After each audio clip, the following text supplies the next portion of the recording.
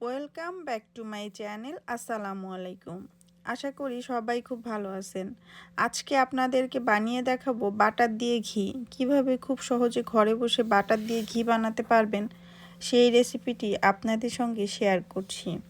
ঘি বানানোর জন্য প্রথমে এখানে আমি 1 কেজি বাটার নিয়েছি, আনসল্টেড বাটার। এই বাটারটাকে সরাসরি চুলায় বসিয়ে দিলাম।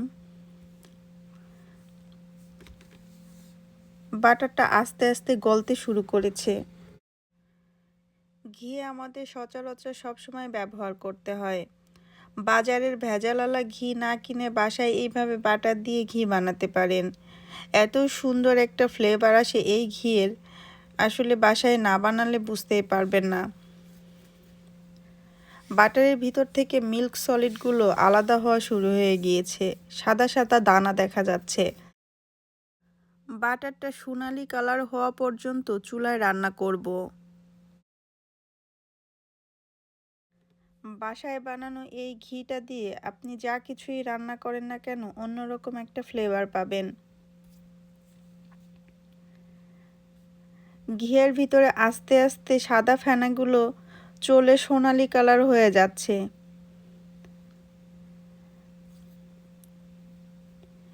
ঘিটা সম্পূর্ণ হয়ে গিয়েছে, আমি আপনাদের ঘিয়ের আওয়াজটা শুনিয়ে দিচ্ছি।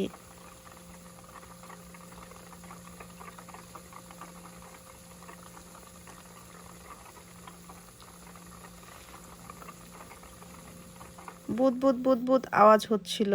ঘিয়ের নিচে সব ময়লাগুলো জমে আছে। চুলাটা এই অবস্থায় আমি অফ করে দিয়েছি।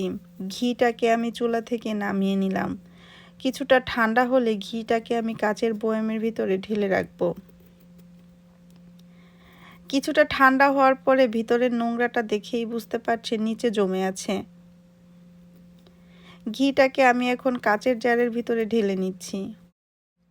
ছাঁকনি দিয়ে ছেঁকে নেওয়ার পরে বাটারের ভিতরে যে অবশিষ্ট ময়লা আছে সেই ময়লাটা ছাঁকনির ভিতরে চলে এসেছে।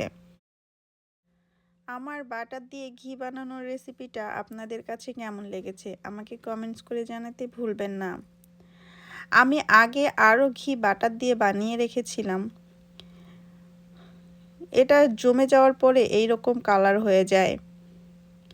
আমার ভিডিওটা দেখার জন্য আপনাদেরকে অসংখ্য ধন্যবাদ। যারা এখন পর্যন্ত আমার চ্যানেলটি সাবস্ক্রাইব করেন অবশ্যই সাবস্ক্রাইব করে দিবেন। আপনাদের জন্য নতুন নতুন রেসিপি নিয়ে হাজির হব। আজকে এই পর্যন্ত। সবাই ভালো থাকবেন, আমার জন্য দোয়া করবেন। আল্লাহ হাফেজ।